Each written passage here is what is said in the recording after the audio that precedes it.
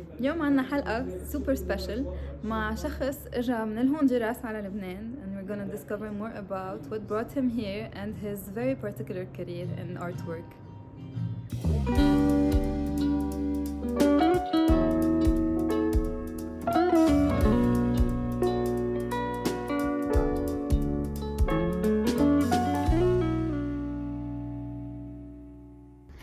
Adrian Pepe, Yes. estamos muy contentos de que estés aquí. We're so glad to have you here. We've been trying to have you with us for so long, and thank you for coming a long way. And we know you have a very tight schedule, and you are traveling next week. So thank you so much for coming. Thanks for having me. Thank you. So you are a fiber artist. Yes, ma'am. From Honduras, based in Beirut, and you're trying to make sense of your surrounding through your art. Yes, all correct. Is it good as an introduction? Uh, Would you introduce yourself differently? I wonder, how I introduce myself, it changes depending on the month and the period. But I do think the big role within one's artistic practice is kind of trying to dissect your surroundings. And I think my medium of choice to kind of understand is fiber. And it's been quite interesting when I moved to Lebanon around 9 years ago.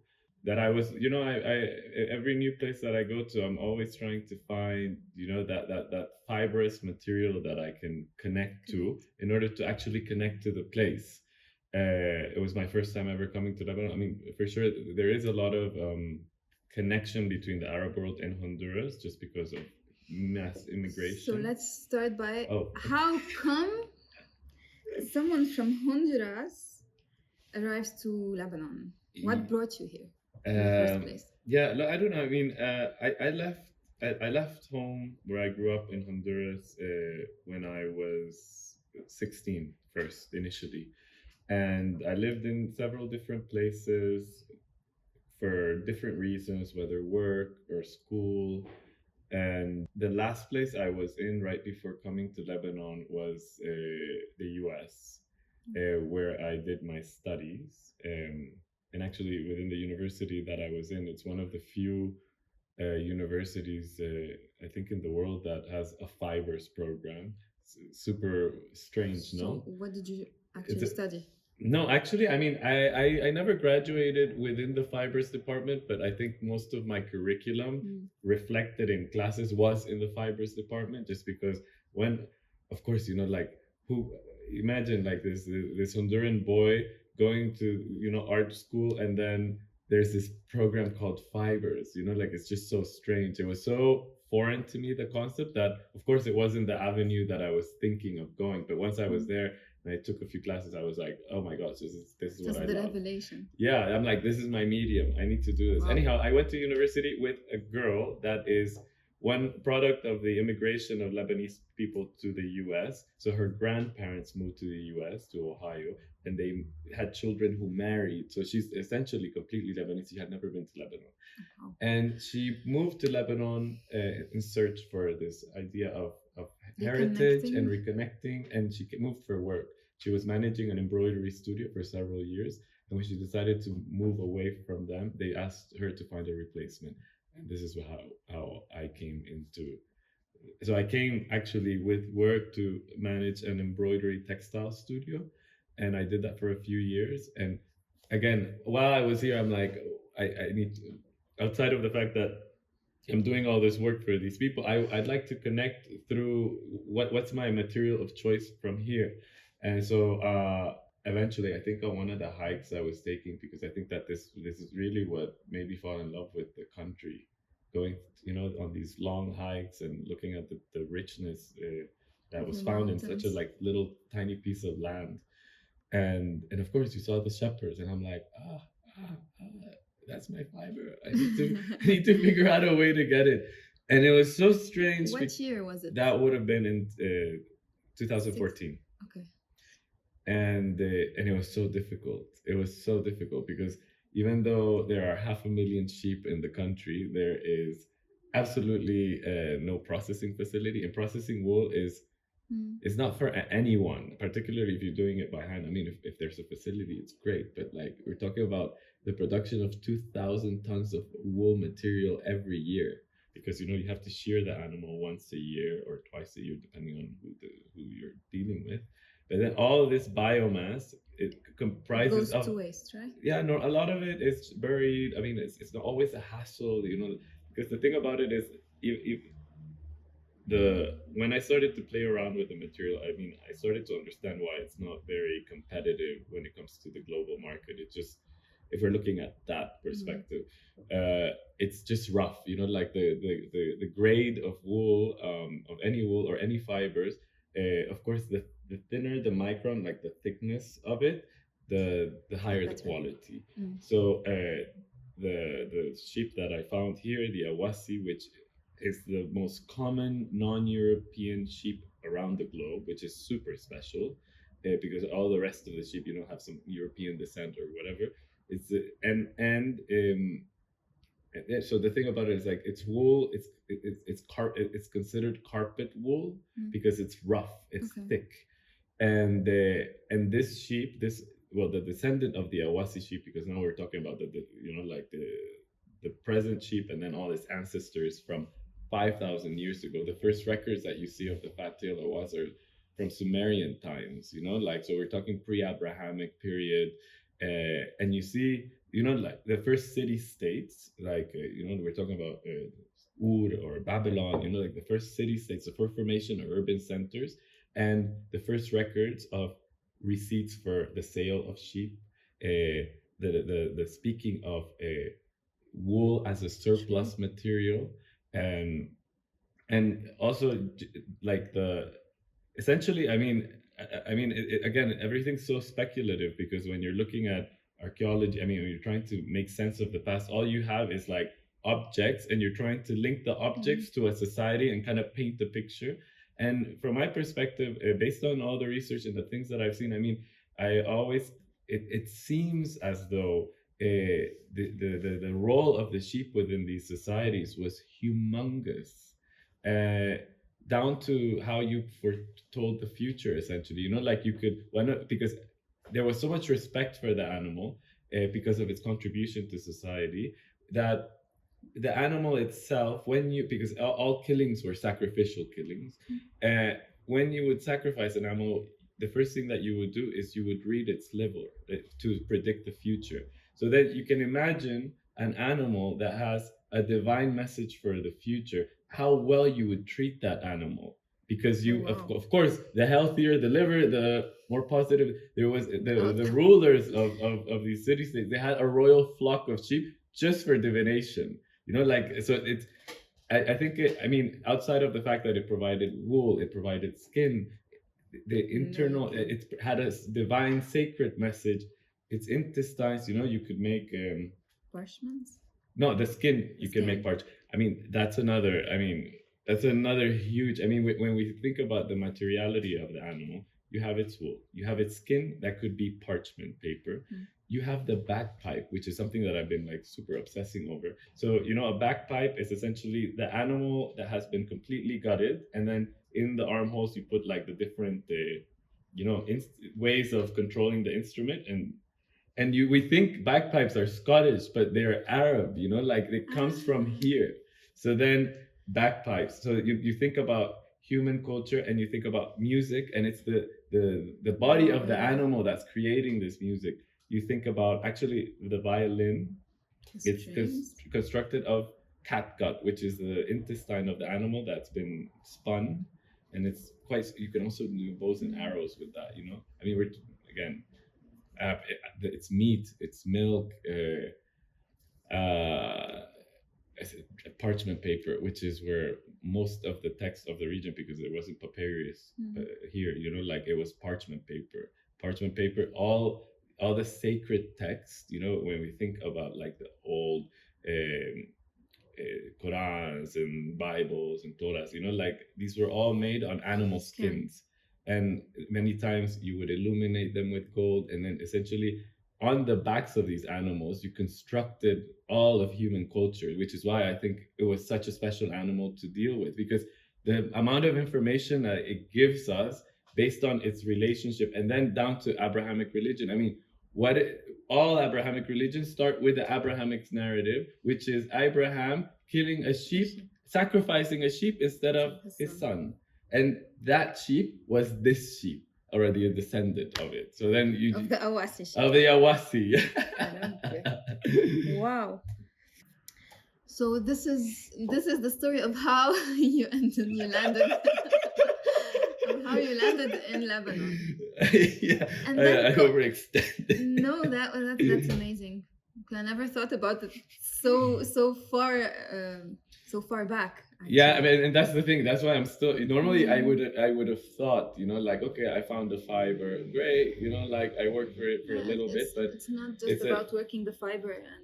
No, it's about the narrative and taking the fiber, but also it's about how much information the fiber can give you. And this fiber is giving me way too much information. At some point, I was telling someone, I was telling them, I thought at some point the sheep was in service for me, but now I'm in service of the sheep.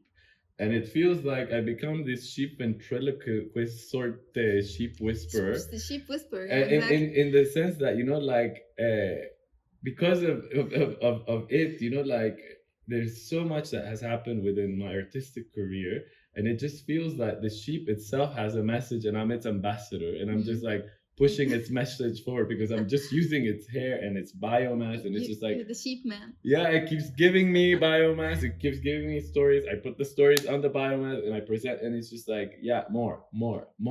And this so it's a special feeling. It's a special feeling, yeah. But it's funny to think that the fact that I felt I've lost control over the process, and it is in control of my process, and I'm very happy to fine be with it.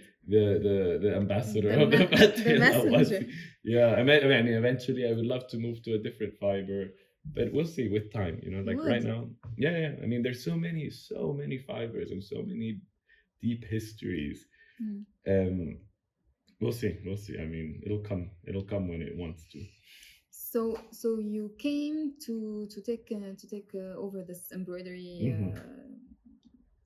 atelier, and then COVID happened. Right? Was that the turning point where you decided to leave Beirut and just go in the mountains and go to Arcel? Look, I mean, it had a lot. That period for sure had a lot. Was a big push onto my artistic practice. I mean, I always. I mean, even today, I try to visit the different regions where I've met different people that deal with the sheep. So I try to visit, but for sure during the COVID period there was more time and more of a desire not to be in the city. So then this is where maybe that was a little more accentuated, my time in these regions. But I mean, always I think it's always, even if I'm not based from there, it's important to go visit and just to keep those connections and walk with the animals. So you still visit? Yeah, for sure. I mean, there's different sorts of shepherds that you can visit, and of course it's important to visit them during the spring and the summer, because that's when the shearing happens. And then that's also where many times there's migrations that happen. Shepherds are moving up and down, escaping or seeking the heat. So then, and that's very interesting, because I mean, normally like semi-nomadic pastoralists you don't really see them very much, just because I mean, all the lands are owned, I mean, and you're grazing with the animals. I mean, it's a very positive thing for sheep to come through your land, like they're regenerating things, they're moving seeds around. I mean, within the larger ecosystem, it's great. But then when you apply on that, like land ownership, like many times the shepherds are renting land where they can position their tents if they're semi-nomadic, and and graze around with their animals. Like there's a whole system of how they need to navigate the lands that they don't own. But I mean, at the end of the day, it's super positive that they're doing that, and that people that live this way, that I mean, shepherding is the oldest profession in the world, you know, like, so then it's like people that are still living like people used to live 10,000 years ago and are proud, you know. I think that that's so beautiful. And you've been living with them I mean, for some time, right? I mean, I spend a traveled. lot of time with them.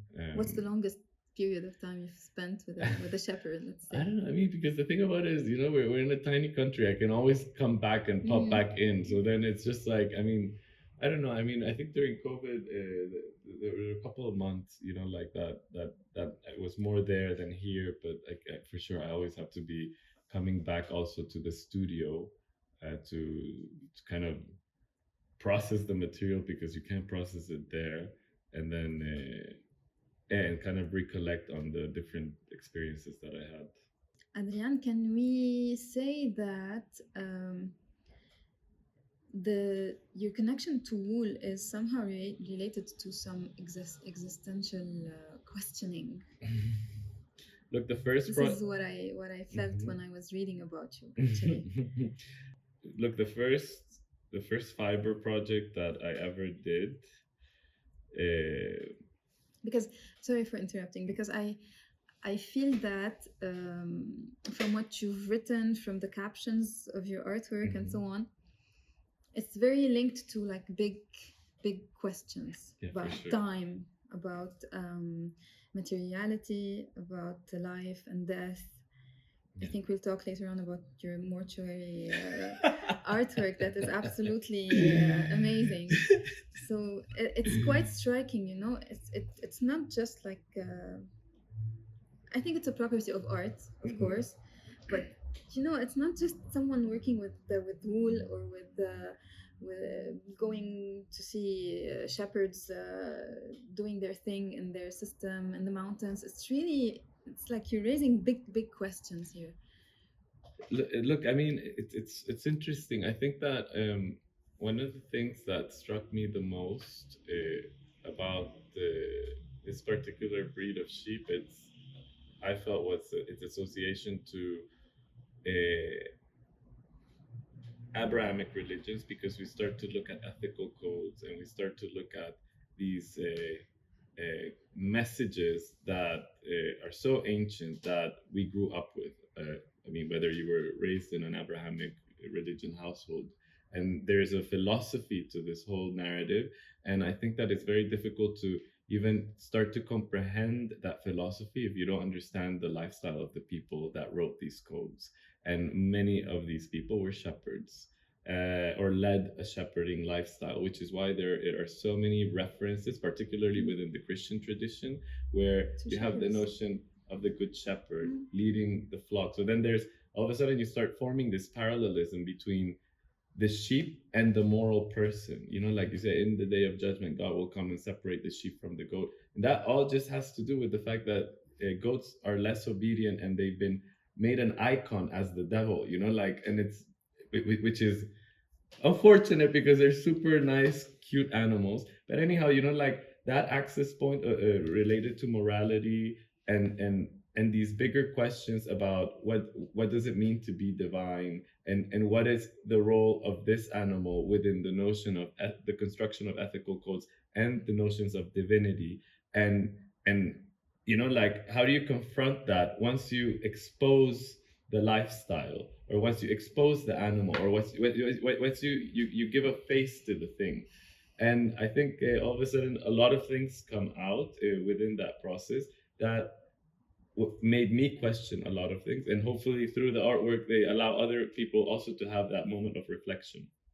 I find it super amazing. I don't know. You have, through your artwork and your actual, let's say, backstage work before that, you said some sort of dialogue with all the members of this community related to the sheep. Yeah. So it's the sheep, the shepherds, the artisans, right? And the land. Mm-hmm. So can you tell us more about this holistic approach, and I don't know, and maybe which dialogue do you prefer? I don't know if you can differentiate one from another, or they're all actually very linked. No, one of the things that I find. Okay, so then when you're dealing with fibers, or just the idea of fibers, just to make it start a little more broadly, when you're dealing with the idea of fibers, you have to go to the source, like you have to go to the source of the sentient provider, because normally, like if you think of fibers, you have synthetic and natural, and then the classification goes into animal or plant. So then once you go in and you confront yourself with a living thing, whether it's a plant or animal, and you start to understand how you can extract this fiber from this living creature, then you all of a sudden start to go into the space of ritual, because the whole process of cleaning the wool, in the case of the wool, who is cleaning it, what's happening around it, how long does that take, you all of a sudden start to hear song and dance and movement, gestures, and then the whole culture that's being developed around engaging with this raw material. And you cannot engage with the raw material without engaging with the animal or plant, hence without engaging with the land. So then it just connects you to where you are so much. You're just, you as you manipulate the medium. And then it was so interesting to me to also understand these rituals. I mean, because at the end of the day, okay, you have the processing of the wool, which is a craft within itself. And then you have the moment when you give structure to the fiber, whether you're spinning it, whether you're felting it, which is a whole other set of rituals of people that stay within these meditative states for long periods of time as they imprint their body onto the fiber, constructing a textile. And I think that that's so beautiful. So within the work, I mean, I am, I always find it very important to be an artisan within this whole process, because I like to participate within imprinting my own body onto the work. For sure, when the work becomes too big, it's a team of us, like that are doing it.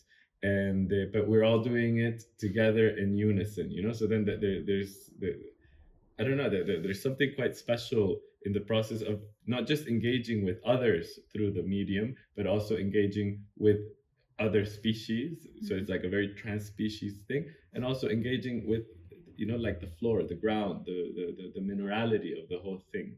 And then I think that allows you to have some level of awareness that is so powerful, because I think a lot of the power within the work that I do is about, it's essentially this reminder of how disassociated we are to our surroundings. It's like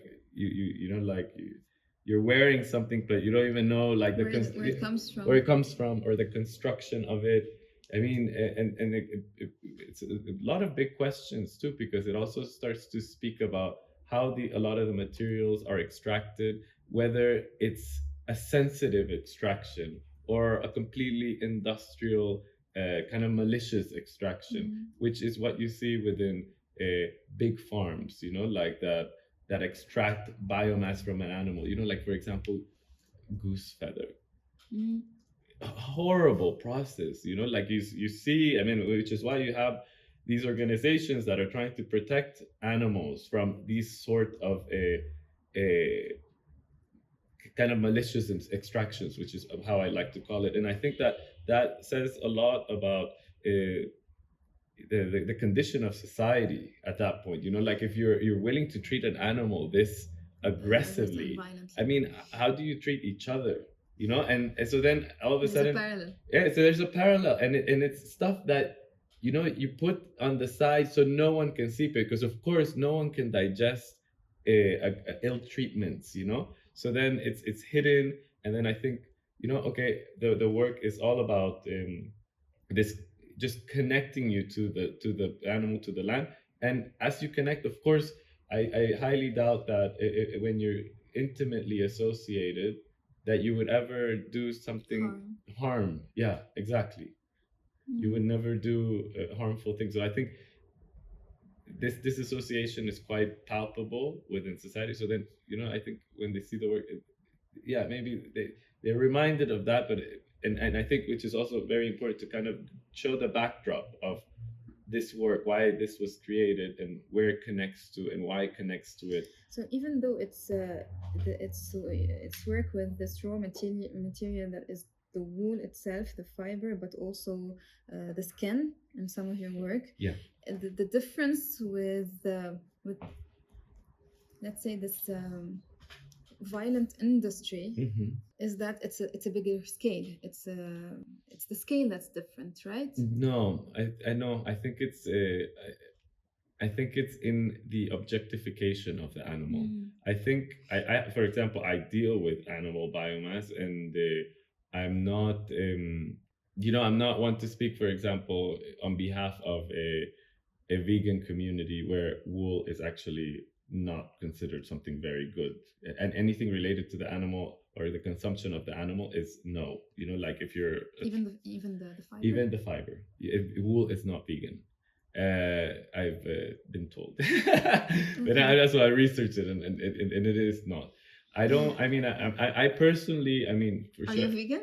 I'm not vegan. I'm not vegan, and I deal with animal biomass, and I think that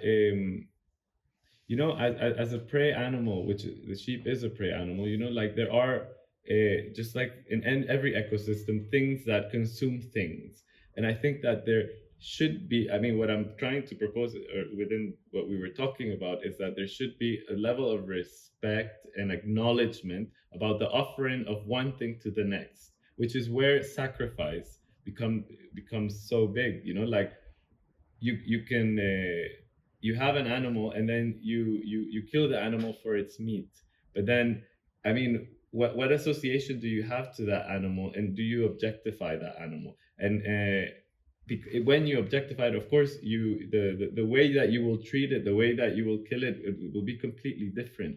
And I think one of the very positive things, pre-Abrahamic, post-Abrahamic, was this idea of like the animal is giving you a gift, which is its body.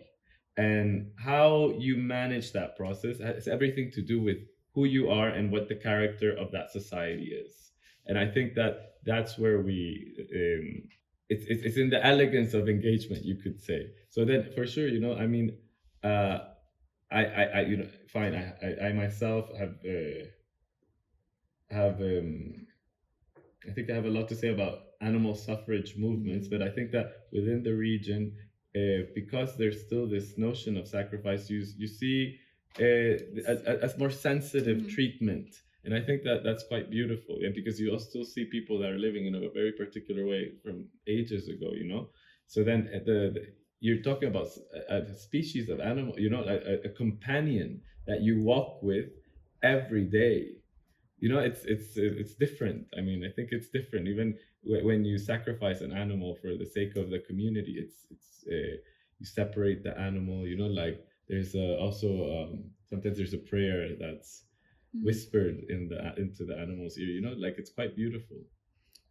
I personally think that it's.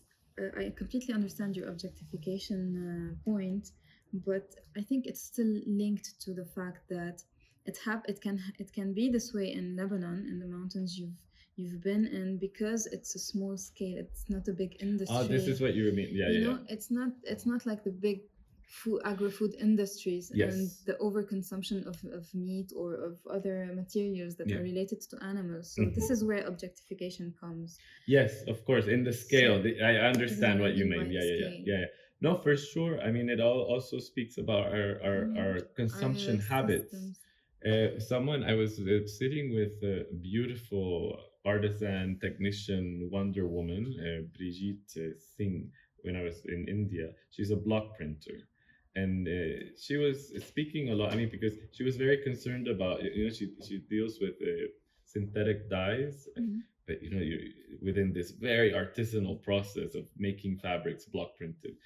But she deals with synthetic dyes, and she was so concerned about the processing of this dye and not just throwing it into the land. She developed this humongous filtering facility, all with plants and minerals, and it consumes and she told me something like, nothing that exists cannot be consumed by nature. like it has as synthetic as it is, it can be consumed and it can Absorbed. decompose and be deconstructed. And then she's like, our issue with pollution has nothing to do with the fact that the earth cannot consume it. It's just the scale. And I thought that was so powerful, because she's like, I deal with this amount of synthetic dyes, and I have a facility that's big enough to process this. If I overdo it, it will still process it. It just will take a lot longer. And then it's like, so it's just, there's a surplus, there's a surplus, and no one's controlling no one's seeking to kind of like balance that. And I think to your point, like it's everything to do with scale. Adrian, was it easy for you to integrate this community of shepherds and to have access to these places and I mean, it wasn't not craftsman houses and not at all. I mean, it took actually several years. Initially, you didn't know Arabic. Yeah. So how? No, even back now? even back in the day, like with the.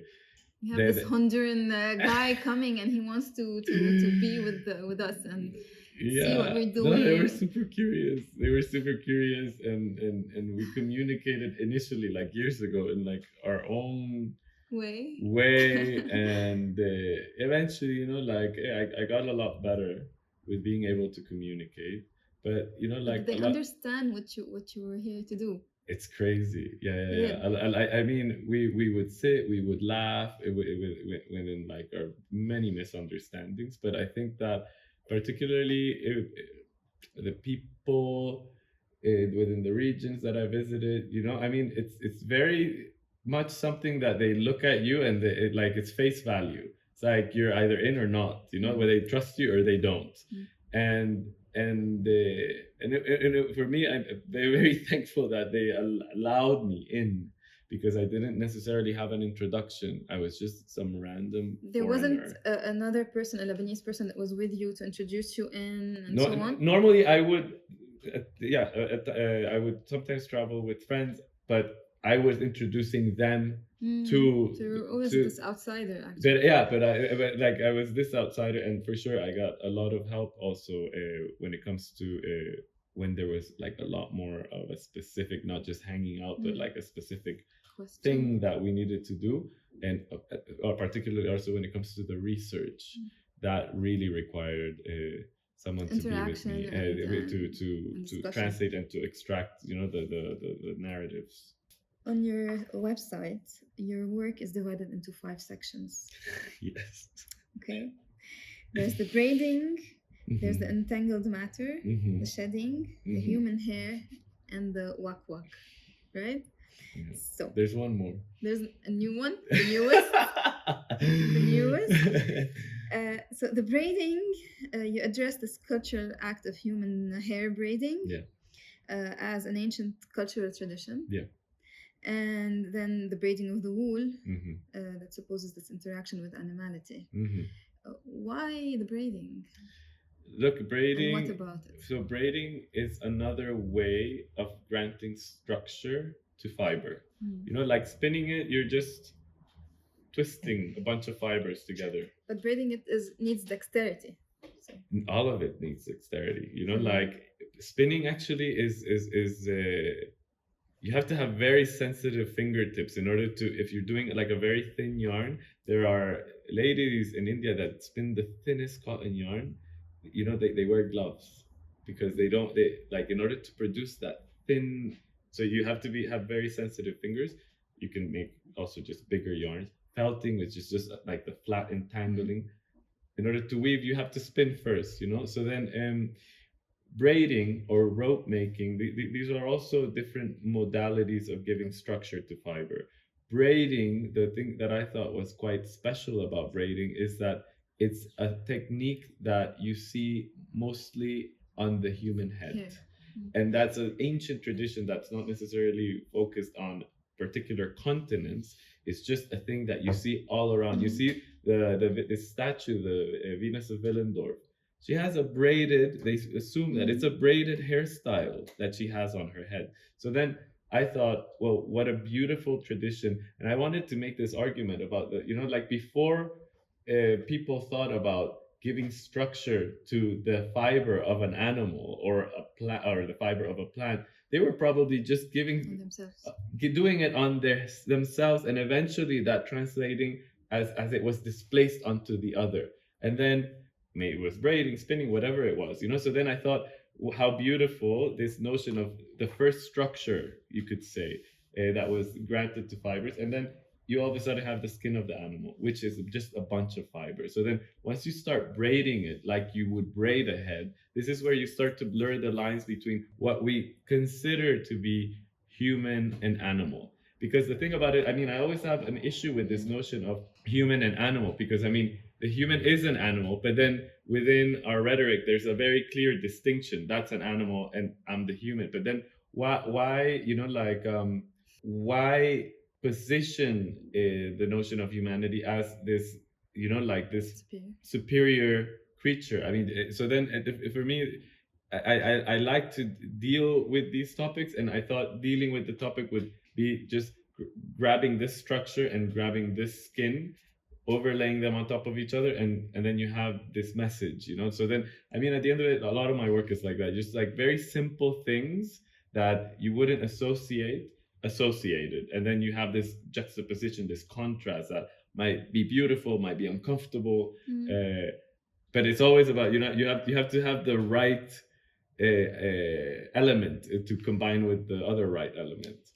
So the sense of discomfort, I actually felt it when I saw your work on human hair. And you raise it, you talk about it in the caption of the artwork. Yeah. Very discomforting. Can you tell us more about that? Yeah, so that was the first fiber project that I ever did. Of course, when was it? This would have been like 15 years ago. Okay.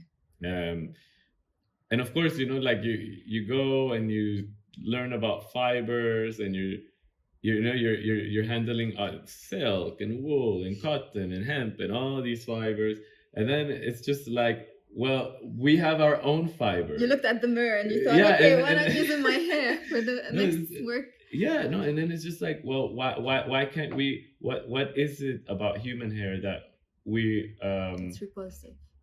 Well, it's only repulsive once it's off the head, which is quite interesting. There is this aversion to hair. There's this aversion to other person's hair. There's this aversion to hair in the sink. It's very uncomfortable.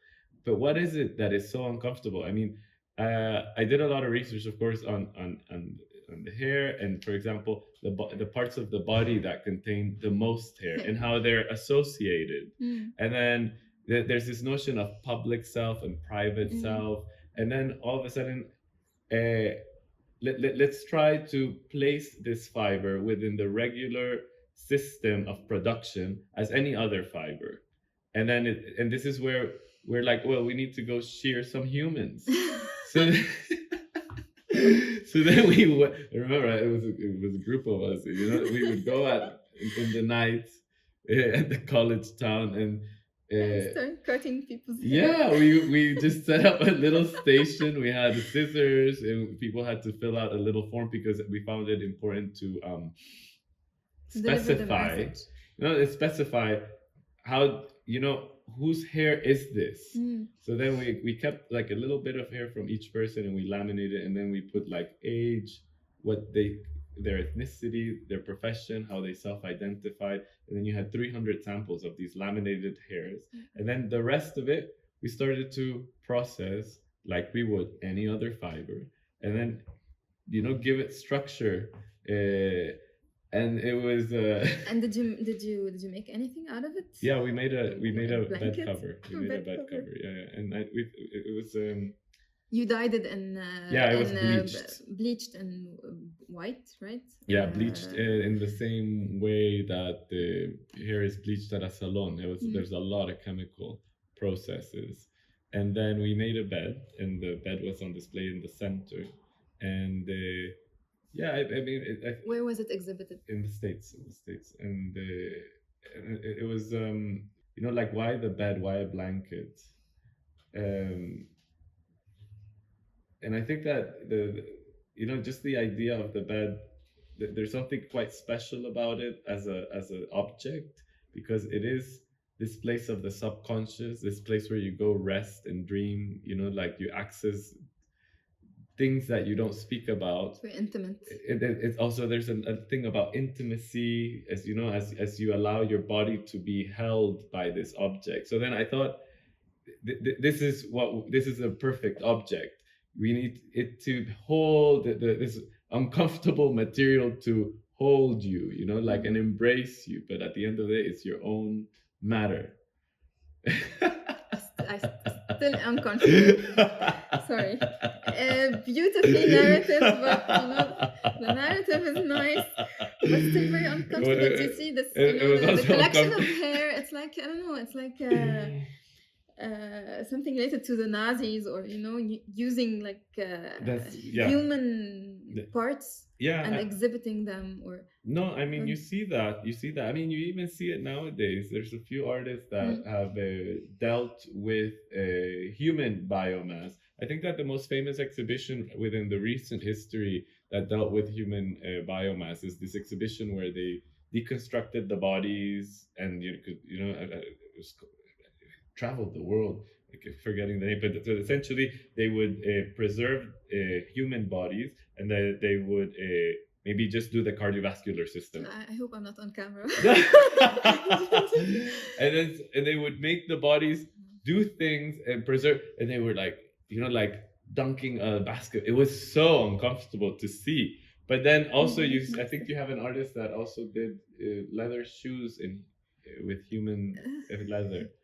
But anyhow, like, what is it about that is uncomfortable? I mean, which is the question, like, if we're so comfortable with dealing with the cadaver to the animals, to whoever, to whatever other species, why is there an issue with and I think it just has to do with this notion of self-preservation, which I think relates to all species. Everything is trying just to survive, and you survive by self-preserving, which is why you wouldn't hurt yourself or things like you. And I think that this I don't know, this safety that comes with that is why we would naturally preserve ourselves. We don't want to see that, But then, what does it mean when we do it to other species? How permissible, or how do we deal with that situation? And you have every reactionary perspective to that. You have the very ultimate hardcore opposite to the very more liberal approach, and then you have everything in between, like, and there's space for everyone to have a level of perspective around it. But yeah, I think I'm happy you asked that, because I was wondering myself. I don't know why it makes me think. It makes me also think about when you talk about this perception of oneself and self-preservation and so on. I don't know if it's too out of subject, but it makes me think about how we tend to have like a different way of approaching, depending if it's what we apply on ourselves and what we apply on others. How we would admit violence on other people, while we wouldn't admit it on ourselves. And I don't know why I'm just thinking about the war in Gaza now, or maybe in other places in the world. How we approach ethics or values differently. Completely, and I think that's a very complicated topic.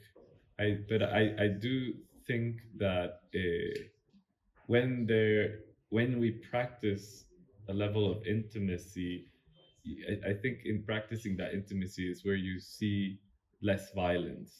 So then, in seeing all this violence happening around us, I think that there is a separation. It's a product of a separation, or a harsh classification, a harsh separation from things and material, I think.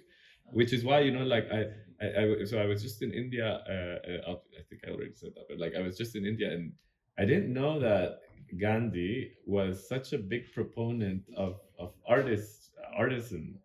because he was speaking about spinning as an act of resistance, which I thought was quite beautiful, because in the sense, as you're dealing with this material, you are entering these meditative states that are associating you with so many other with so elements. many elements, and then you have a moment of reflection, you have a moment of connection, and I think that in having that moment of connection, you feel related, you feel Pure part. humanity. Yeah, you start to feel a sense of humanity, and I never thought about spinning That's beautiful. as a way of feeling your humanity, and for sure, in feeling your humanity, I think that you would be less prone to violence. I would like to think that I'm. Adrian, the third, yeah, was entangled matter. Yes. So it was about the Awassi wool. Yes. Okay, and the association between the craftsman and the crafted object, reflecting the ancient complex or instinct that goes back in time as an ancestral memory of simplicity. We already talked about that, Yeah. but I like this idea of which you already addressed actually, of this act being linking you to like thousands of generations back. Yeah. And it's something really amazing when you think about it. It's this act that has been done for so many years, so it has to be really preserved and valued and so on. Yeah. Do you have any idea about the industry or the artisans that are still doing this type of work here in Lebanon? Okay, it's. Do you have information about that? Did you go beyond your artwork to look at the industry that's in the country? No, I mean, for sure, I'm always observing it, or trying to find like little remnants of it, because historically, for sure, this land is the end of the Silk Road, so heavily associated to a textile industry, and then at some point, like. It's called the Silk Road because they were bringing silk from the Far East, and then we all of a sudden see within the recent history of Lebanon it as a silk producer, and it just had to do with just getting silk faster to the west. So then all of a sudden, like you had a whole land that was reliant on the silk industry, and in processing silk, I mean, naturally you would have other facilities to process other fibers, like, so we, even though it was a short history of silk, I think it had a huge impact on the country.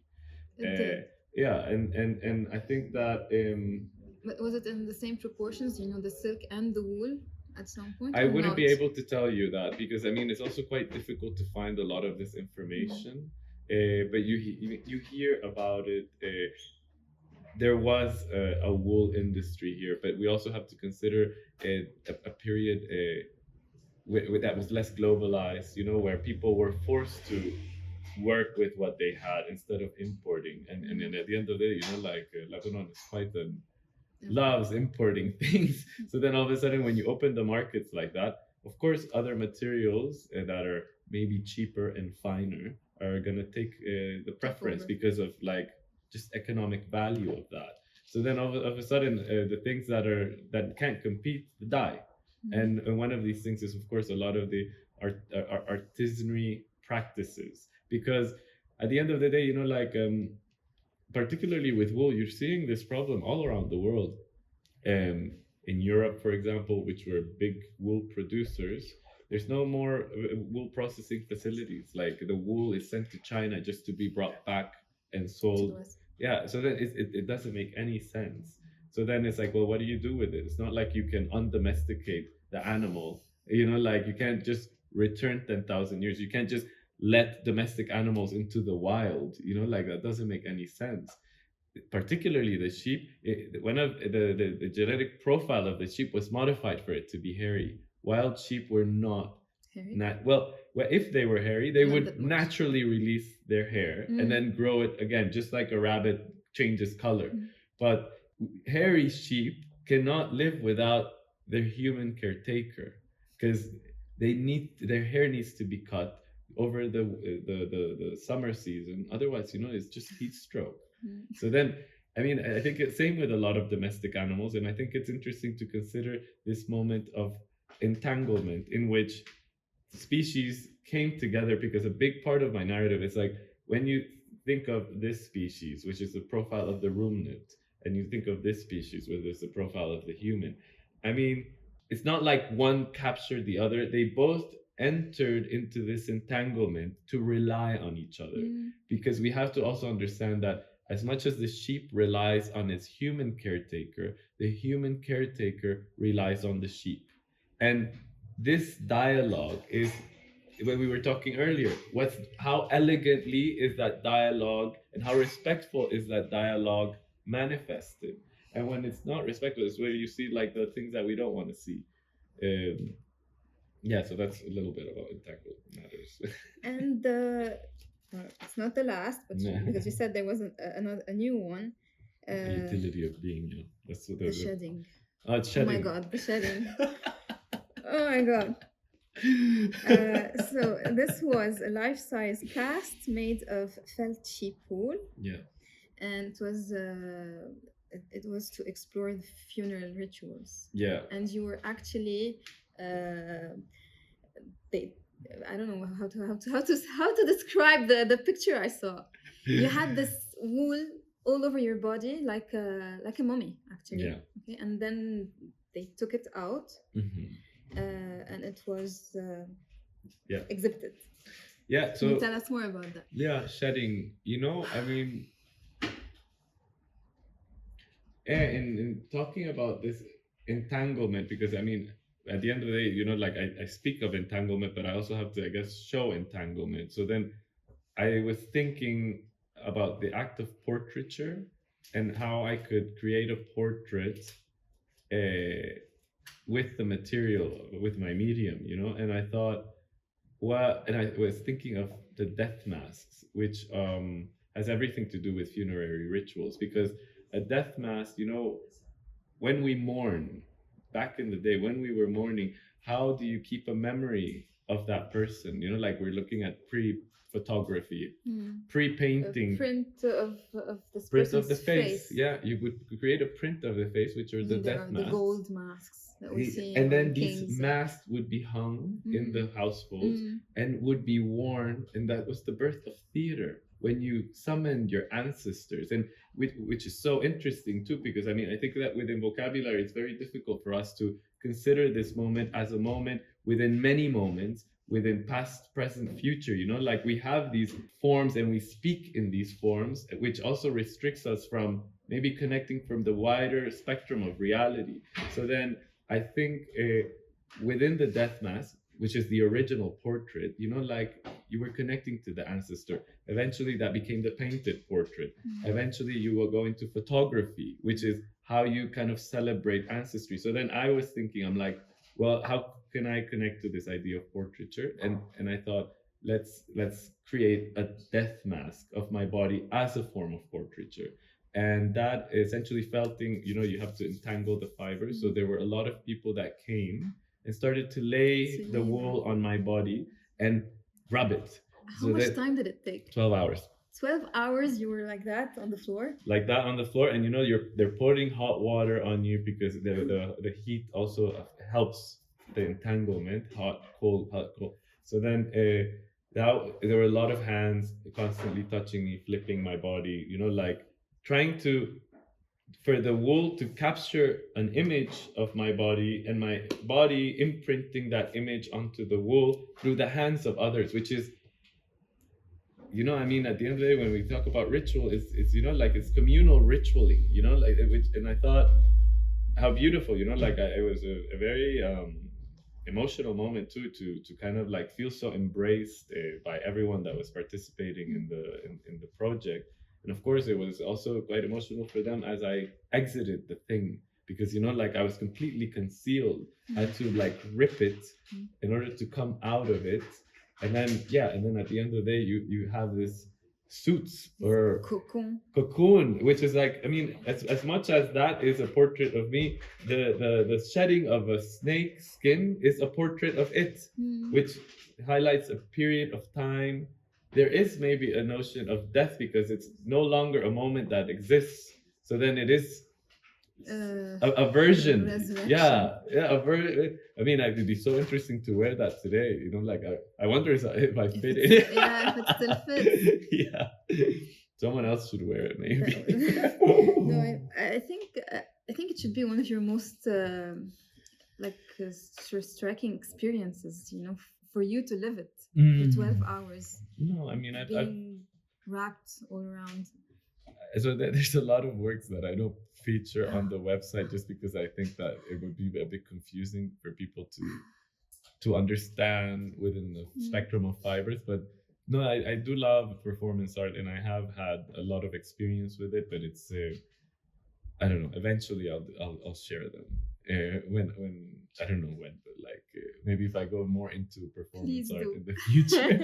I think it would make you. If you didn't like the hair project. No, not the hair project, please. Okay, tell us about Wak Wak. Yeah, I mean, the Wak Wak. It's a commission that I had that I think kind of consolidates a lot of the research that I've been doing, which is kind of this idea of blending kingdoms, you know, like because you have the animal kingdom, the plant kingdom, you know, like you have all these kingdoms, and then these kingdoms are categorized and classified, and again within their categorization, you don't expect them to mix, and then but they do. But I mean, everything's possible. I think. I mean, it all just depends on how you frame it. And then I thought there was this narrative of.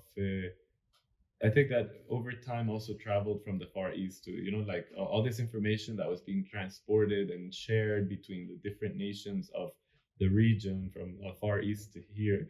And one of the narratives, you know, like which I thought was quite interesting is when the Westerners came, particularly to the regions of Central Asia, they saw cotton, for example. And cotton was something that was very new. So imagine never having seen cotton and seeing cotton, and it looked just like wool. So then there were these myths of the fact that there's this plant that breeds sheep, that they die, and they make cotton. And then I thought, how weird is that? So then there was another narrative that I thought was quite interesting, where there was this island in the Far East where, you know, like only women lived, and how they reproduced was through this tree that made humanoid people. So then I thought, this is for sure what I want to work on, and it's so I started working on it, and I thought, I mean, the whole piece is not just about that narrative, but it's also about the violence of birth. You know, like you have these hanging figures that just fall on the ground, and you know, like all of a sudden you're thrown into a reality, and you're completely confronted with newness, and it's like how despairing is that, you know, like, and so I don't know. I mean, and I think it highlights a lot about this idea of when we say nature, you know, you call nature a mother, you know, like, is nature a tree? I don't know. I mean, there's something there that I found quite interesting, because it's interesting when we start to consider ourselves not as product of others, but as a product of something bigger. Yeah. And the piece of work is absolutely beautiful. By the way, do you sell those? Are they all sold? Yeah, does someone buy them, or do you still keep them to be exhibited, or how does it happen?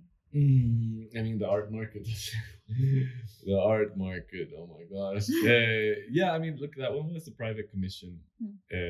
But yeah, I try to work based on events. If there's an interesting event, I create some pieces to feature there.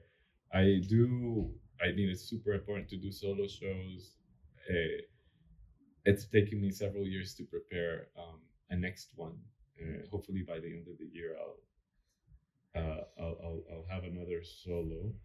But essentially, you know, like there are events, and these events demand works, and then you're all of a sudden trying to create works for these events, and sometimes it's. Is it easy for you to let a piece go? Oh no, it's like the. What do you feel when the piece is sold? Or I don't, like you spend so much time with the work because it's a slow process, and I always, there's always like a few pieces that are happening at the same time, and yeah, I find myself talking to them a lot. And they are usually very big pieces. Yeah, all of them. Yeah, because I have to. I like the notion of scale, and there's so much material that I'm just like, yeah, make it as big as possible, and yeah, all these works, like there's a relationship that I have with them, and then all of a sudden to think that I have to give them up, so part of me just wants to interview the people that are taking them, because they are pieces that are alive in the sense that they move, like they react to their environment. It's not something static, and it requires a specific type of person to kind of understand that they are dealing with a live thing. If it's a person who doesn't. But this is why I'm like, I don't care how much you want to take it for. I want you to I'm understand. not gonna give it to you. But sometimes you can't control that, because if it's in a gallery or a show, like someone's like, yeah, I'm like, who are you? Like, may we have an interview? Of course, I can't do that all the time, but like I'm quite happy with the people that have connected to the work. Not everyone connects to the work because it's shocking for a lot of people, and a lot of people just don't understand what it is, which I guess manifest in an odd sense of curiosity from a lot of people when they see the work. This is a bit unexpected, but yeah, the art market. So adoption of pieces. I love to go visit the works if I can, and do rounds of visits if I have access. Sometimes people think that's very weird. I'm coming to see my baby. Yeah, I'm coming to see. I try to become friends with the owners, with the new owners. And so the last one, the sixth, you said? Yes, utility of being. Utility of being. That was my first institutional commission within the Sharjah triennial. So happy that happened, and so happy about the message that we could reflect on. They offered the municipal slaughterhouse as a place to exhibit a work. And of course, already talking about a slaughterhouse, it's an uncomfortable space. It's hidden.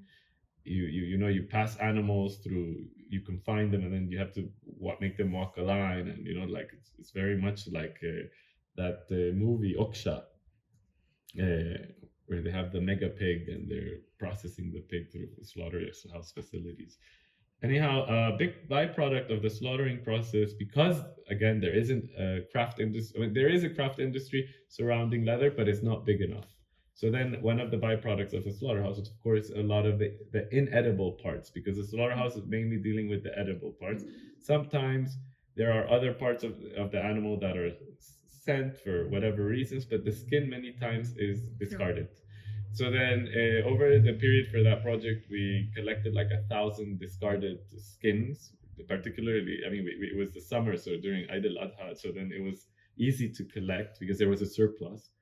And then processing them, and we had a lot of help from this agency, this studio, you could call it, that knows how to do it, and has like a lot of artisans that work the leather, and we worked on these 1,000 skins. And one of the things that I thought was so beautiful, like the bagpipe, like how the bagpipe works is because, like skin is naturally permeable, which is why we don't bleed out of it. But then also it can hold air and it can hold water. And I thought, that's so interesting, like that skin can hold air. So then I thought, let's make these humongous inflated structures that take over the slaughterhouse. Huge pipes, a pipeline. Yeah, and then the idea was, it was not that the work was called that, but like it was kind of like the revenge of the sheep, like they're coming back to the place of trauma in this Frankensteinish way, breathing, because they're inflated. They're just taking shape and they're taking space and kind of, confronting this space that bred them in a way. As material and as food, and no longer as animal, So then it's a weird space because there's an alchemy that happens there as animal becomes object, like it's weird. It's like a portal. So then I thought, well, within this liminal space, let's bring all the biomass back and let the biomass speak for itself as we allow it to breathe. So then just took over, like, so, you go through the thing and you're like, oh, is this stuffed? And she's like, no, it's inflated. Like there's air going through it. There's nothing inside. And then there were these moments that because I thought it was important, because when you deal with the slaughterhouse, you're exposing the interiority of the animal. It's probably the one moment where you get to see. And I think, in many ways, the first divinators I was telling you about, like that read, deliver, these were also the first physicians. Like you're dealing with organs and you're looking at the organs and you're confronted. You're a message. No, not at that, but like as you see the other's organs, you start to understand your own organs. Like, so then there's this relationship. So then I thought it was important for people to have access to the insides of these structures. So then there were these orifices that had a latex sleeve in which people could stick their hand. You couldn't see what you were touching, and then what you would feel is just the stitching. Because there is a lot of violence. We were talking the violence of birth, but there's also a violence in transformation. Like as you take the animal and you take its biomass and transform it into something that is no longer recognizable as to where it came from. And then one of the things is like this hairy skins. It's just like a bunch of hairy skins. That's 60 skins. You read it as not 60 skins because they're all connected. So then I'm like, access it. And stitching, you're stabbing thousands of times. Like it's violent. Like it's violent, it's smelly, it's aggressive, and it's just like, well, this is how transformation happens. There's like a little bit of pain in it, and reflecting on that. I had to reflect on that a lot with that project being with the scale that it was. The Sharjah Architecture Triennial. It's an annual event or no, not? No.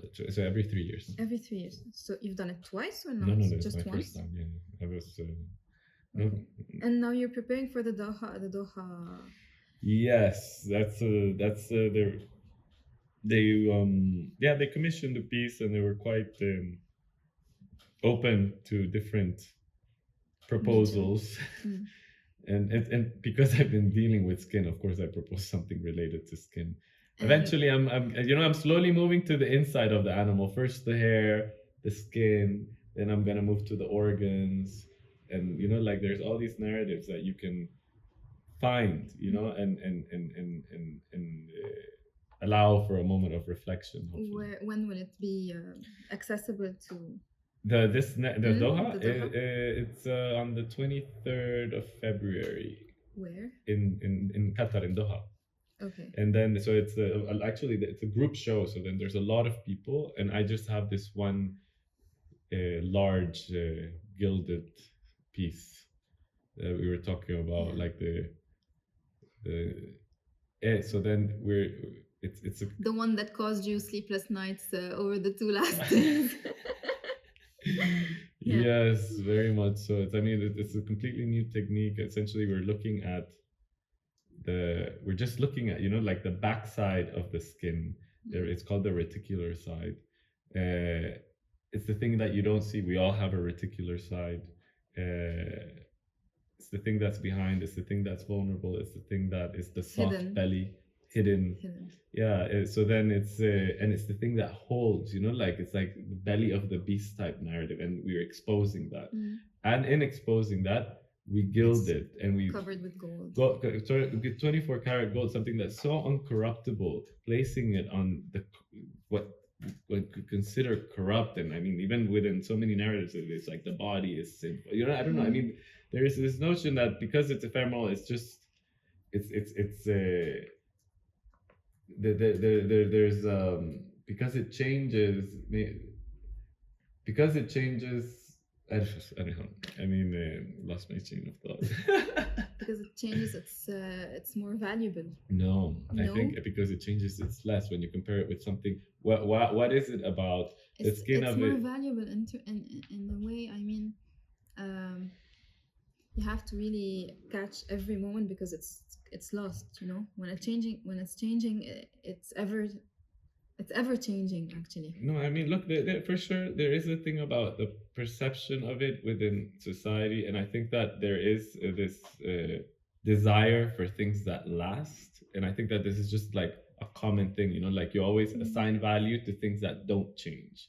And it's funny because as changing things, we're constantly seeking the thing that doesn't change. We ourselves don't want to change, don't want to age, like there's a negative aspect to that. No, we want the incorruptible 24 karat gold, like doesn't change color, it doesn't rust, it doesn't change. And which is why all of a sudden it's such a celebrated mineral, it's so strange, like so then when you take that and you apply it onto the skin of the animal, the reticulars, that it's things that don't mix. So then there's something in that juxtaposition that I think is quite powerful. And also because like you think about illuminated text, which like normally parchment paper made of animal skins, a way, particularly when you were speaking of divine stories or religious stories, you would use gold to reflect on those stories because it's pure, it's incorruptible, and then it's changeless, like ethical codes should be. Like it's so taking that narrative and just grabbing the skin and just like splattering it, like it's just two things and it's and I think that a lot of people are like, oh, are you gonna do anything to it additional? I'm like, what else is there to do? Anything else would be decoration. And I'm not necessarily interested in decorating. Should be very raw, and yeah, I mean sometimes the best messages are in the shortest amount of words. Adrian, is there a caption or a text that accompanies every artwork? I guess it should. I try, but like also, to with be able time, to deliver the message that's behind it and the narrative and the philosophy behind it. Look, I try, right? But like over time, I keep looking at works, and as I change, I also change my perception of them, and I keep trying to give them new names. And they're like, no, you can't change the name. Like even with this piece, I'm like, do you have the? I want to change the text. I want to change the name, and they're like, no, it's like printed. And I'm like, what? I want to change the name. Yeah. And then even with old works, I'm like, and I keep changing it. Sometimes on the website, sometimes the work I changed complete text, and I'm like, well, that was not what you said initially. And at the end of the day, people want to see what they want to see, and then they tell me the narrative sometimes that I adopt, and I'm just like.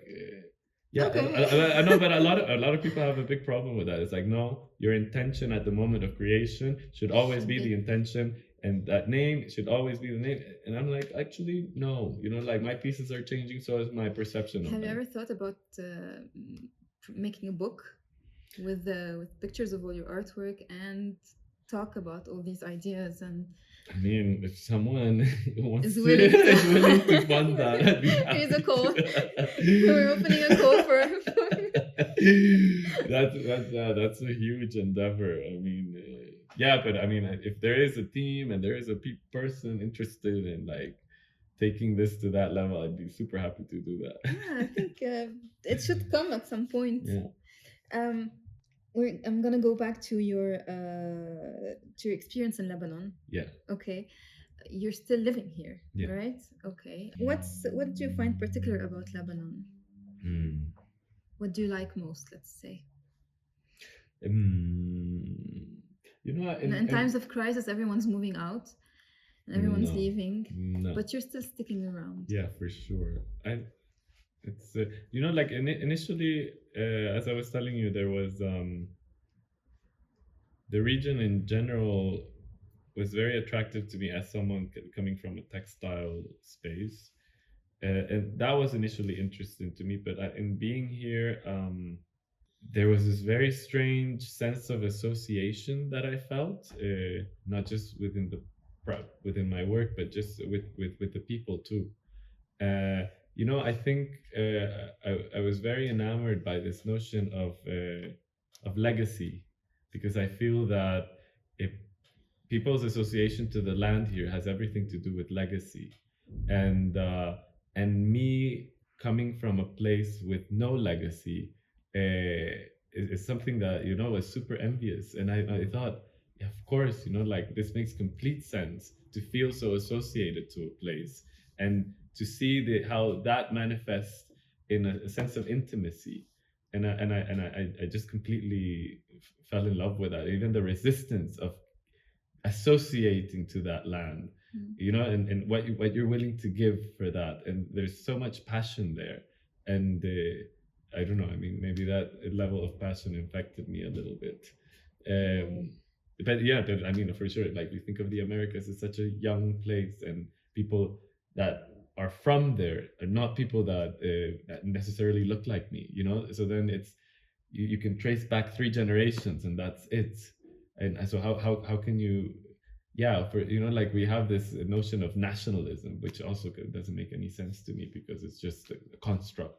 But then there are places like here where it's not about nationality; it's about something super more ancient than that, and I feel it, and I mean, I love complex identities. Complex identity. I love. I mean, it's not like I can have it within my lifetime, but I love this. This to just be around that idea. It's very inspiring. Adrian, who has been your best support over the last years, or what has been your drive, let's say? No, look, I mean, I have a lot of very, very close friends that are like family members at this point here. I could mention a lot of them, but then I don't want to mention any of them, because then they'll be like, "Oh, you didn't mention me." They wouldn't tell me that, but I'd feel it in their attitude. They'll know. Okay? They'll know. But yeah, no, I've had amazing support, people that have taken me in and allowed me to feel associated in a way like a family. So then that familiarity, I practice that familiarity with them, and which is also a big thing that's kept me here. Very supportive, and my support, like, I support them in however. So it's like nice support system. If you want to end this beautiful interview with you, what message would you deliver to people, maybe young Lebanese, that are not necessarily feeling linked to their heritage, or aware of the richness that you are finding here, actually? There's a lot that could be said, but like, I'm still kind of stuck on this idea of spinning and this message of Gandhi. I'm like, just spin, like, spin some fiber, and I think that there's something within that meditative state that will allow you to reach some level of awareness, hence appreciation for wherever you are. That's beautiful. Thank you so much for your presence with us, for coming here, for sharing with us your beautiful work. Thank you. And everything that's behind that, the narratives and so on. Thank you so much. Thanks for the sheep. Thank you. Thank you, the sheep. Adrian? My gosh.